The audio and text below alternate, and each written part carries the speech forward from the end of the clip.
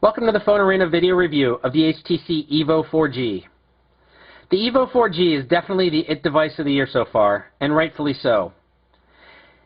It sports absolutely monstrous specs, such as a 1 GHz Snapdragon processor, 4.3-inch display, 8 megapixel rear camera, and 1.3 megapixel front, all backed by Android and HTC's Sense UI.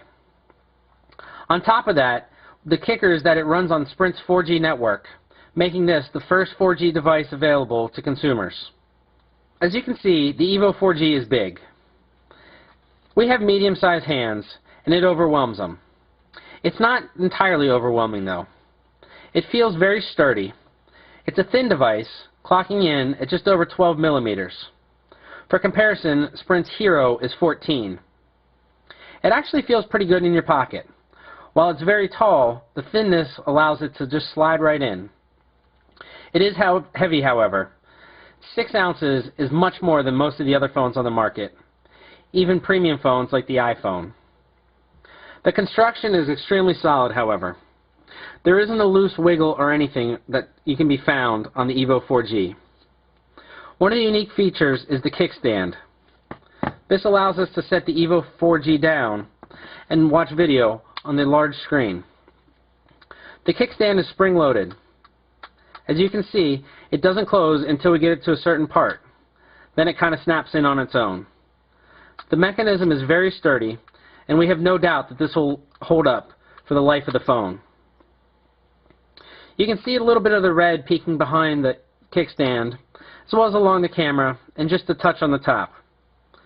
Like the recent Droid Incredible, HTC has gone with an entirely red backing of the phone. We really like it. It's bold, and as Ferrari red, it's fast. Fast is an excellent way to describe the EVO 4G. It runs Android 2.1 with HTC's custom interface, something we've seen before on phones like the Droid Incredible and even Sprint's Hero. However, we've never experienced it like this before. The 1 GHz Snapdragon processor absolutely flies. We haven't experienced a hiccup yet in a lot of time with this device. Menus are quick, apps open, and web pages fly. Of course, the speed of 4G is going to make the phone even faster. Video calling, web browsing, and all the data-intensive items really come to life when you're on 4G. As you can see, the bottom of the phone has 2 ports. This one here is your standard micro USB port for charging and data. HTC has been late to jump on the bandwagon with this, but we are glad to see it in this. The other port is a micro HDMI. That's right, the EVO 4G does HDMI output, full 1080p. This means you can be playing a YouTube video on your device and plug it into your TV. An optional docking cradle will make it even easier, since you can simply set the phone down and run everything. For those that don't want the cradle, a cable is also available. The 8 megapixel camera is capable of shooting 720p video, so the EVO 4G does HD on its own. Getting back to the design a little bit, as we mentioned, there are 4 capacitive buttons on the bottom. We'll find Home, Menu, Back, and Search. We saw a lot of issues with the Nexus 1, where you had to hit these buttons just the right way. Thankfully, this is not the case with the EVO, and if you simply press where you think you press, everything works as it should. It gives us a nice little vibration when we touch it to confirm that we've touched. We haven't experienced any issues with them whatsoever. There's a volume rocker to the side of the phone. It is raised slightly, so when you run your finger over it, it's easy to tell where it is and control the volume without looking. At the top is the 3.5mm headset jack, as well as the power button. As you can see, the power button is raised a little bit, not quite as much as the volume rocker, but we didn't have any issues finding and pressing it to turn the device off. Like we said, there's an 8 megapixel camera on the back, as well as a dual LED flash. To the right of it is the phone's single speaker. The HTC logo is inlaid in chrome, something that adds a touch of class to the device. HTC has always been known for premium devices. However, the EVO 4G is one of their best to date, if not the best yet. The one thing we're disappointed to see is the silver speaker grille. On earlier prototypes, it was red, like the Droid Incredible. Like the red accents on the back, we really think this would have given the EVO 4G a little bit more personality. However, we can't say that the silver looks bad. All in all, the 4G is a big slab. The giant 4.3-inch screen is absolutely beautiful.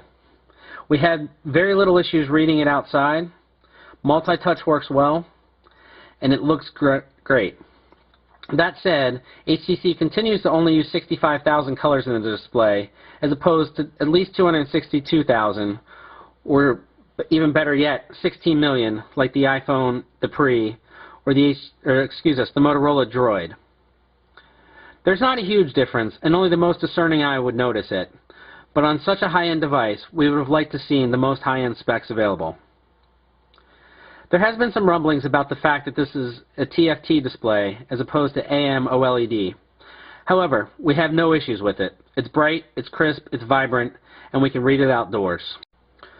We'll take a quick look at the Sense UI, although like we said, there's nothing really new here. Here we have our app drawer, which is going to have everything that the phone comes with for now. We haven't downloaded anything yet. You can see the quick video, which will offer 3G video chat, as well as 4G. There's a rumor that this is going to be $4.99 a month. However, this is yet to be confirmed.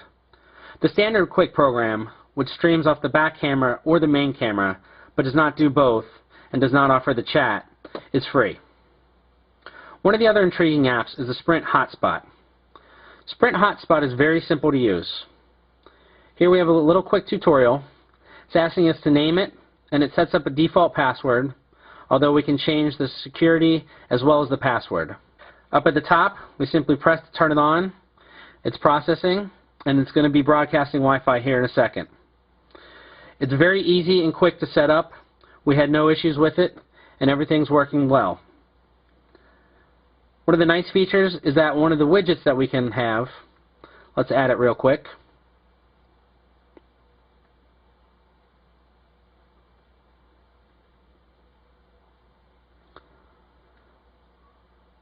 We have the hotspot. This gives us a toggle switch, so we can quickly turn it on and off right from the home screen. One of the best things about the hotspot is that it's only $29.99 a month, half the price of a standard Air card. It can also connect up to 8 devices, as opposed to the 5 we've seen with the Overdrive and MiFi. Lastly, and best, is that there's no 5 gig cap. Sprint currently doesn't have a cap and says they don't plan to implement one for 4G Air cards. However, even over 3G, there's no 5 gig limit like you'll find on other cards. While we think this will cannibalize some Air card sales, we think it's a great move by Sprint. Of course, they weren't going to give it away for free. We know Verizon does that with the Palm Pre, but that's to drive sales. The EVO 4G will sell itself, and the mobile hotspot's a great feature to have. Back to the software. As you can see, the leak feature is enabled on this. We can quickly jump between our home screens. Again, everything is super quick here. There are a couple different keyboard options. Here's the full QWERTY, but we can also switch to the compact QWERTY or phone keypad. The device is so big that even the portrait mode, the QWERTY is very easy to use. However, if we flip it around, it gets even better. That brings up another point. As we said earlier, even though it's big, the EVO feels pretty good in the hand and solid. It does overwhelm us a little bit, but nothing that's a deal breaker. In 2 hands, it's extraordinarily comfortable. This is obviously the way the device was meant to be held. Browsing the web, typing out emails and text messages is much better two-handed. Everything's better widescreen. Other than that, there's really not too much new to say about the Sense UI. It runs quick, and this is how we envisioned that HTC drew it up in the first place. We honestly don't have anything significant to say about the EVO that's negative. Everything is amazing. It runs quick, everything works well, and it's all backed by the quickest network out there. Yes, 4G isn't all that prevalent yet. It's only available in about 30 markets, but Sprint plans to be aggressive in their rollout, already announcing major cities like Boston, Cincinnati, and many others. They expect to cover 120 million people by the end of the year, which means if you live in a metropolitan area, chances are you're going to have 4G. then the EVO will really come to life. That said, the EVO 4G is still the best 3G phone out there. It's extraordinarily fast. It has features that may be matched individually, but not in a summation. There's truly no device out there like the EVO. This is the best and the greatest phone right now.